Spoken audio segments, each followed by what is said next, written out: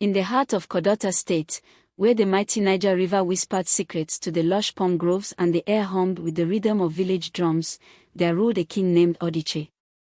He was a man of great stature, not just in height but in spirit, with a voice that could command the winds and eyes that saw through the veils of deception. His palace in the ancient town of Otobo stood as a beacon of tradition, its walls adorned with intricate carvings of ancestors who had walked the earth before him. Odiche had been blessed with 9 daughters, each one a jewel in his crown, beautiful, intelligent, and fierce like the lionesses of the savannah. Mana, the eldest, possessed a wisdom that rivaled the elders. Ola, the second, had a laugh that could light up the darkest night, and so on, down to little Martha, whose curiosity knew no bounds. But in the traditions of their Otobo people, a king without a son was like a throne without an heir, a vulnerability that invited whispers and schemes from those who coveted power. The Council of Elders, led by the cunning Chief Yebob, a man whose smile hid ambition sharper than a machete, gathered often in the palace courtyard. They sipped palm wine from calabash gourds and debated the future of the kingdom. Odiche, Chief Yebob would say, his voice dripping with false concern, "Your daughters are the pride of Kodota, but who will carry the royal bloodline? The gods demand a son to protect our lands from invaders and to perform the sacred rites. You must take another wife, one who can give you what your beloved queen has not." Queen Zella, Odiche's wife, was a woman of unparalleled grace. Her skin glowed like polished ebony, and her heart was a wellspring of love that had captured the king's soul from the moment they met at the New Yam festival years ago. She had borne him those 9 daughters with joy, but the pain of not providing a son gnawed at her in private. Yet, she never complained, for her bond with the king was forged in the fires of true affection, unbreakable by societal pressures. Odiche, time and again, stood firm against the elders' pleas. "Love conquers all," he declared in the grand hall, his royal robes flowing like the river currents. "Zella is my heart, my queen, my everything. I will not betray her with another. God's time is the best, he who created the stars will provide in his wisdom." The elders murmured in discontent, but none dared challenge him openly. Chief Yebob, however, harbored deeper resentments. His own son, an arrogant youth named Odi, had been overlooked for key roles in the palace because Odiche favored merit over blood ties. Yebob dreamed of placing Odi on the throne one day, perhaps by marrying him to one of the princesses and maneuvering from the shadows. But with no male heir, the path seemed clear: pressure the king until he broke. Little did anyone know, fate was already weaving its threads. One fateful evening, as the sun dipped below the horizon painting the sky in hues of orange and purple, Queen Zella felt a stirring within her. She had been feeling unwell for weeks, dismissing it as the toll of royal duties. But when the palace healer, an old woman named Mama Yuda with herbs dangling from her waist, examined her, the truth emerged. "You carry life again, my queen," Mama Yuda announced, her wrinkled face breaking into a smile. "And this one feels different, strong, like the spirit of the ancestors has returned." News spread through the palace like wildfire in the dry season. Odiche's joy knew no bounds. He danced in the courtyard, calling for feasts and drummers. The daughters gathered around their mother, giggling and planning names. But Chief Yebob's face darkened. If this child was a boy, his schemes would crumble. He began to whisper poison into the ears of lesser chiefs, suggesting that the queen's pregnancy was unnatural, perhaps the work of dark forces. "Why now, after 9 daughters?" he hissed in secret meetings. "The gods are testing us. We must watch closely." As the months passed, the queen's belly swelled, and the kingdom buzzed with anticipation. Odiche doted on Zella, ensuring she had the finest foods, fresh yams from the farms, succulent bushmeat from the hunters, and herbal teas to ease her discomfort. But strange omens began to appear. One night, a storm unlike any other ravaged the land, uprooting ancient Iroko trees and flooding the markets. The villagers whispered that it was a sign from the gods, but Odiche dismissed it as nature's fury. Then, on a humid afternoon in the maternity ward of the bustling Otobo General Hospital, where modern medicine met traditional blessings, the time came. Queen Zella labored through the pain, her cries echoing down the sterile halls. Odiche paced outside, his beats clacking with each step, praying to the Christian God he had embraced alongside his ancestors. Doctors and nurses hurried about, but as the birth drew near, something extraordinary happened. Birds of every kind, eagles with majestic wings, colorful parrots from the forest, even nocturnal owls defying the daylight, gathered on the hospital windowsills. Their songs filled the air, a harmonious chorus that drowned out the beeps of machines and the murmurs of staff. The nurses crossed themselves, whispering, "This child is special. The spirits are welcoming him." At last, with a final push, Prince Toffa entered the world. His cry was strong, like the roar of a young lion, and the birds outside erupted in even louder melody before dispersing into the sky. The doctor, a young man named Dr. Pascal, wrapped the newborn in a soft cloth and handed him to the queen. "It's a boy, Your Majesty," he said, his voice trembling with awe. Odiche burst into the room, tears streaming down his face as he held his son for the first time. Toffa, he named him, meaning heart in Otobo, for this child had mended the one fracture in his perfect life. But from that very first day, the mysteries began. Toffa was no ordinary prince. His eyes, dark and piercing, seemed to hold the wisdom of ages. The hospital staff noted how animals strayed near the ward, stray dogs lingering by the doors, cats climbing the fences, even a pair of monkeys chattering from nearby trees. Odiche and Zella brushed it off as coincidence, their hearts overflowing with happiness. They returned to the palace amid celebrations, masquerades danced in the streets, women ululated in high-pitched joy, and the air filled with the aroma of jollof rice and egusi soup. Yet, as the weeks turned into months, the visits became undeniable. Every weekend, without fail, different species of animals would appear at the palace gates. First, it was a herd of goats, male and female, bleating softly as if in greeting before wandering off. The guards chased them away, but they returned the next Saturday. Then came antelopes, graceful and alert, bowing their heads low before the prince's cradle in the royal nursery. Odiche watched in bewilderment as Toffa, barely able to coo, reached out his tiny hands, and the creatures nuzzled close without fear. Word spread across Kadota, drawing curious visitors and skeptical elders. Chief Yabob seized the opportunity. "This is not a blessing," he proclaimed in a council meeting, his voice rising like thunder. "Animals bowing to a child. This marks of witchcraft. The boy is destined for something dark, perhaps a native doctor, communing with spirits that could doom us all." The elders shifted uneasily, some nodding in agreement. Odiche defended his son fiercely. "Toffa is a gift from God. These signs are of greatness, not evil." But doubt crept into the kingdom like mist over the river. One weekend, as the sun set, a twist unfolded that shook the palace to its core. A massive python, revered and feared in Otobo lore as a messenger of the gods, slithered through the gates unchallenged. It coiled at the foot of Toffa's bed, its scales glistening under the lantern light.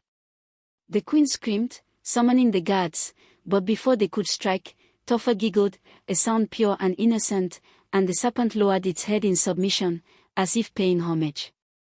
Odiche arrived, machete in hand, but halted when he saw the scene. "What power is this?" he whispered, his love for his son now mingled with a growing fear. That night, as the family gathered, a messenger burst in, breathless from the road. "Your Majesty, invaders from the neighboring kingdom approach our borders. They claim our lands weaken without a true heir and seek to exploit the omens around the prince." Adish's face hardened. The struggle for his throne had begun, fueled by betrayal from within. Chief Yabob's eyes gleamed in the shadows. He had sent word to the rivals himself, igniting the conflict to force the king's hand. As the drums of war echoed in the distance, Odiche held Toffa close, wondering if this miraculous child would save them or lead to their downfall. The animals outside the palace walls gathered once more, their eyes reflecting the moonlight, waiting for what came next. The drums of war grew louder as the days bled into weeks, echoing across the rolling hills of Kodota like the heartbeat of an angry god. Odiche stood on the palace balcony each dawn, watching the horizon where smoke rose from border villages raided by the invaders from the north. Their king, a ruthless warlord named Hebda, had long eyed the fertile lands along the Otobo, and Chief Ebob's secret messages had given him the perfect excuse, a kingdom divided by omens, weakened by the absence of a proven heir. Messengers arrived daily with tales of burned farms, stolen livestock, and families fleeing southward toward Otobo. Inside the palace, fear mingled with the scent of incense and fresh palm oil. Queen Zella rarely left Prince Topher's side, cradling him as though her arms alone could shield him from the growing storm. The 9 princesses, once carefree, now moved with purpose. Mana organized the women to prepare bandages and herbal medicines, Ola sang songs of courage to the children hiding in the compound, and even little Martha carried water to the guards without complaint. Yet every weekend, no matter how fierce the fighting at the borders, the animals came. They arrived quietly at first, a pair of bush babies with wide, shining eyes perched on the palace wall, then a family of duikers stepping delicately through the gates as if invited. Monkeys swung from the mango trees, dropping fruits at the feet of the guards who stood frozen in awe. Tortoises crawled slowly across the courtyard, and once, a leopard, majestic, unafraid, padded to the nursery window, lowered its great head, and remained there until sunset. The people whispered that the forest itself was protecting the child. Odiche watched it all with a heart torn between pride and dread. His son, barely 6 months old, commanded the wild in ways no native doctor had ever done. Topher refused every gift the palace craftsman brought him. Colorful wooden rattles carved in the shape of lions, soft dolls sewn from Ankara cloth, even a silver bell imported from Lagos, all were pushed away with tiny, determined hands. The child would cry until the toys were removed. But when the queen placed smooth river stones in his cradle, he laughed, a sound like running water over pebbles. When dry leaves fallen from the Udola tree were scattered around him, he reached for them with delight, crumpling them gently between his fingers. Once, a hunter brought bleached bones from a long-dead antelope as a joke, thinking to scare the mates. Instead, Topher grasped a rib bone and cooed, waving it like a scepter. The bone seemed to glow faintly in his grip, and the hunter fell to his knees, swearing he felt the spirit of the animal thanking the prince for remembrance. Mama Yuda, the old healer, spent more and more time in the nursery. She burned herbs in a clay pot, watching the smoke curl toward Topher's face without ever making him cough. "This one is not just marked," she told the queen in a low voice one evening. "He is chosen. The land speaks through him already. When he is older, he will hear what the rivers say, what the trees remember. He will be the bridge between people and the spirits we have angered with our greed." Zella listened, her hand resting on her son's chest, feeling the strong, steady beat of his heart. But not everyone saw blessing in these signs. Chief Yebob moved through the palace like a shadow, gathering those who fear change. In dim corners of the compound, he spoke to warriors tired of endless border skirmishes. "The king clings to his love story while our brothers die," he said, pouring palm wine generously. "This child brings animals, yes, but animals cannot wield spears. They cannot lead men into battle. If we wait for a boy who plays with bones to grow, the north will swallow us whole." His son Odi, broad-shouldered and hot-blooded, nodded fiercely, dreaming of the day he would wear the coral beads of royalty. One night, under a moon so bright it turned the courtyard silver, the betrayal deepened. A servant girl loyal to Yebob slipped into the nursery while the queen slept nearby.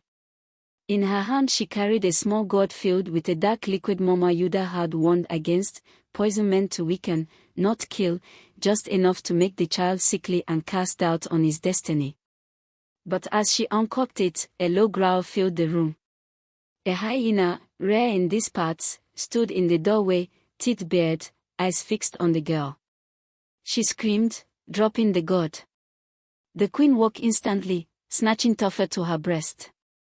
Guards rushed in, seizing the girl, who confessed everything under the hyena's unblinking stare.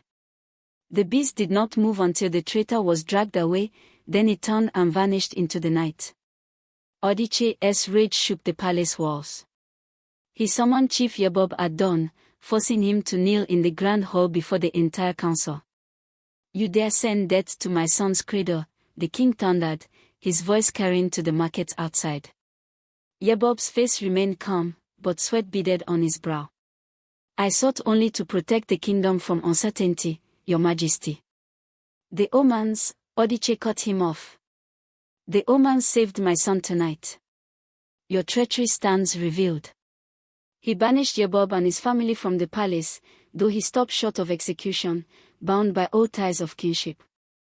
Odi spat on the ground as they left, swearing vengeance under his breath. Yet banishment did not end the danger. Word reached the palace that Yebob had fled north, joining Hebda's camp with maps of hidden paths through the forest and promises of gold from the royal treasury. The invaders grew bolder, pushing closer to Otobo. Odiche gathered his warriors in the square, their machetes gleaming, their Dane guns loaded. He spoke of courage, of ancestors, of the son who would one day lead them. But in his heart, he feared the war would come before Topher could walk. As the dry season wind carried dust through the streets, nature continued to shape its chosen voice. One afternoon, thunder rumbled though no clouds darkened the sky. Rain fell only on the palace grounds, soaking the earth around Topher's cradle while the rest of Otobo remained dry. Seedlings pushed through the soil overnight, strange herbs Mama Yuda had never seen, their leaves shimmering with healing power. Birds brought twigs and built nests in every eaves of the nursery roof. A young baobab tree, sacred and slow-growing, sprouted in the courtyard where Topher's bathwater had been poured out. Within weeks it stood taller than a man. The people began to come in secret, mothers with sick children, farmers whose crops failed, old men haunted by nightmares. They laid their troubles at the nursery door, and though Topher could not yet speak, many claimed peace settled over them the moment they saw his eyes. Word spread beyond Kodota, the child to whom animals bowed could heal with a gaze. Odiche watched his son grow stronger, darker, more alert with each passing day. He began to understand that Topher's power was not for war as men waged it, but for a deeper battle, one against the greed that pitted kingdom against kingdom, brother against brother. Yet the northern army marched closer, their drums now audible even in the palace at night. Hebda sent a final message carved on a wooden plank: "Surrender the throne and the child, or Otobo would burn." On the eve of the expected attack, Odiche sat alone with his family in the inner chamber. Zella sang softly to Topher, her voice steady despite the tears on her cheeks. The princesses held one another's hands.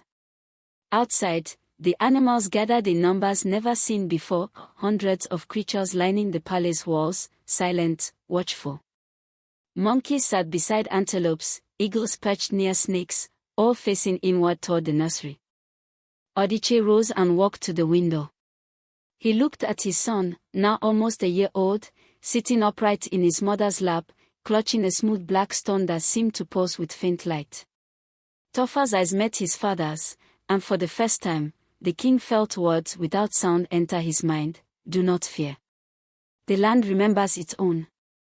As the first war cries rose from the darkness beyond the gates, the animals stirred. The ground trembled faintly beneath their paws and hooves. Somewhere deep in the forest, ancient trees creaked as roots shifted. The Otobo itself seemed to swell, its currents quickening. Odiche drew a long breath, realizing the true battle was only beginning, and that his son, the child animals bowed to, was ready to speak for the earth itself. A mid-50s tall king with a strong jaw and graying beard, wearing rich Otobo royal attire, holds his newborn son with deep ebony skin and piercing ancient eyes, surrounded by animals like a python, monkeys, and birds in an Kodota village setting. The night the northern army came, Otobo held its breath. Torches flickered along the city walls as warriors gripped their machetes and Dane guns, their faces painted with white chalk for battle. King Hebda's forces poured from the forest edge like black ants, thousands strong, their war cries splitting the darkness. Drums pounded a rhythm of death. Arrows whistled through the air, finding flesh on both sides. The palace gates shuddered under the weight of rams fashioned from felled Iroko trunks. Inside the inner chamber, Odiche knelt before his ancestors' shrine, coral beads heavy around his neck. Queen Zella pressed Prince Toffer to her chest, singing a lullaby older than the kingdom itself, her voice trembling yet unbroken. The 9 princesses stood in a circle around them, hands linked, refusing to hide in the underground vault. Mana whispered prayers in Otobo and English alike. Little Martha clutched a small calabash of blessed water Mama Yuda had given her. Outside, the animals waited, no longer scattered, but formed into silent ranks. Elephants from the distant game reserve stood shoulder to shoulder with buffalo. Leopards crowded beside warthogs. Birds darkened the sky in swirling clouds. Even the crocodiles had dragged themselves from the Otobo's banks, lining the river path that led to the city. They did not roar or charge. They simply waited, eyes reflecting the fires of war. The first breach came at the eastern gate. Hebda's men flooded the streets, setting thatched roofs ablaze. Screams rose with the smoke. Adish warriors fought fiercely, but numbers told. Step by step, the invaders pushed toward the palace square. Chief Yebob marched among them now, his face twisted with triumph, Odi at his side swinging a gleaming cutlass. "Tonight the throne is ours," he shouted to his new allies. Odiche heard the roar of battle drawing closer. He rose, kissed his wife and son, and took up his father's elephantus staff. "If I fall," he told Zella, "take Toffer across the river. The land will guide you." She shook her head, tears falling. "We stand together, my king. Always." But before Odiche could step into the courtyard, the ground trembled. Not from the pounding of enemy feet, but deeper, as though the earth itself inhaled. The palace walls shook. Dust rained from the rafters. Toffer, now just over a year old, lifted his head from his mother's shoulder. His dark eyes glowed faintly in the lantern light. He reached out one small hand toward the open window. And nature answered. A wind rose suddenly, fierce and hot, whipping flames from the burning roofs into spirals that blinded the invaders. The Otobo surged beyond its banks, flooding the eastern streets in a roaring wall of brown water that swallowed hundreds of Hebda's men before they could scream. Trees along the avenues uprooted themselves with cracking groans, their roots lashing like whips, crushing warriors beneath trunks thicker than a man's waist. Vines burst from the soil, snaking around ankles and wrists, dragging soldiers to the ground. The animals moved at last. Elephants trumpeted and charged, scattering ranks like leaves. Leopards leaped from rooftops onto the backs of invaders. Monkeys hurled stones with deadly aim. Eagles dove, talons raking eyes. Even the smallest creatures, rats, snakes, insects, swarmed in waves that drove men mad with terror. The crocodiles surged from the floodwaters, jaws snapping. It was not mindless rage, but precise, as though guided by a single will. In the palace square, Hebda's vanguard faltered. King Hebda himself, mounted on a stolen horse, stared in disbelief as a massive python, larger than any ever seen, rose before him, hood flaring. Behind it stood a child, barely able to walk, held in his mother's arms. Toffer's tiny hand was still outstretched. The python lowered its head to the ground before the prince, then turned and struck, sinking fangs into Hebda's horse. The beast reared, throwing the warlord into the mud. Before he could rise, elephants encircled him, trunks raised. Chief Yebob saw his dream crumbling. He pushed through the chaos toward the palace steps, Odi beside him, both shouting for the men to press on. But the ground split beneath their feet, a narrow fissure that swallowed Odi whole, his scream cut short as earth closed over him. Yebob fell to his knees, staring at the spot where his son had vanished. For the first time, real fear crossed his face. Odiche emerged then, staff in hand, flanked by his remaining warriors. He walked untowarded through the storm of vine and beast until he stood over Yebob. "You betrayed your people for a throne built on lies," the king said quietly, voice carrying over the wind. "Now see what the land does to traitors." Vines coiled around Yebob's arms and legs, dragging him backward into the darkness of the forest. His pleas faded into the night. No one ever saw him again. By dawn, silence fell. The floodwaters receded as quickly as they had come, leaving only mud and broken weapons. The animals withdrew, elephants lumbering east, birds wheeling into the sky, crocodiles sliding back into the river. The invaders who survived fled north, spreading tales that would keep borders safe for generations. Kadota was guarded not by men alone, but by the earth itself. The palace stood scarred but unbroken. Fires were quenched. The dead were gathered and mourned. Odiche walked the streets with his family, Toffa now asleep against his father's shoulder, tiny fingers still curled around the smooth black stone. People emerged from hiding places, falling to their knees, not before the king, but before the child. Mothers brought their babies to touch his foot. Old men wept openly. Farmers laid yams and coconuts at the palace gate as offerings. Mama Yuda stood in the courtyard where the young baobab had grown overnight into a towering giant. Its branches spread wide, already heavy with fruit, though baobabs take decades to bear. She placed her hand on the bark and smiled. "He has spoken his first words," she told Odiche and Zela. "Not with mouth, but with heart. The land has chosen its voice, and it chose mercy over destruction. The invaders live to carry the warning. That is the mark of true power." Years passed, but the kingdom never forgot that night. Prince Toffa grew tall and quiet, speaking little, yet when he walked the forest, animals still came to greet him. He learned the languages of leaf and wind, of river and root. He healed the sick with herbs that grew only where his shadow fell. He settled disputes by listening to the earth's memory beneath the feet of quarreling men. Under his guidance, Kadota's farms yielded more than ever before. The Otobo gave fish in abundance. Strangers came seeking wisdom and left transformed. Odiche ruled long and well, but when age finally claimed him, he passed the crown willingly to his son.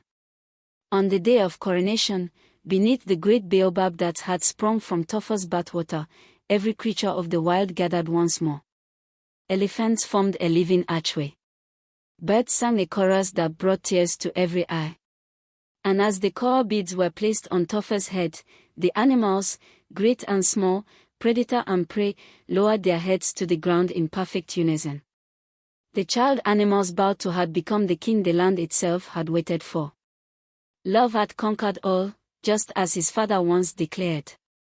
And in Kadota, along the banks of the eternal Otobo, peace flowed deeper than the river, strong as ancient roots, enduring as the stars above. The story of Prince Toffa, the one who spoke for the earth, is still told by firelight in villages across the state. Children listen wide-eyed as elders describe the night the animals fought, the morning the waters obeyed, and the king who needed no army because the wild walked beside him. And on quiet evenings, when the wind rustles through palm leaves and the crickets begin their song, some say you can still hear a child's laughter in the Bri Odiche, the laughter that once greeted stones, leaves, and bones, reminding the world that everything alive is connected, and that the greatest throne is the one shared with all creation.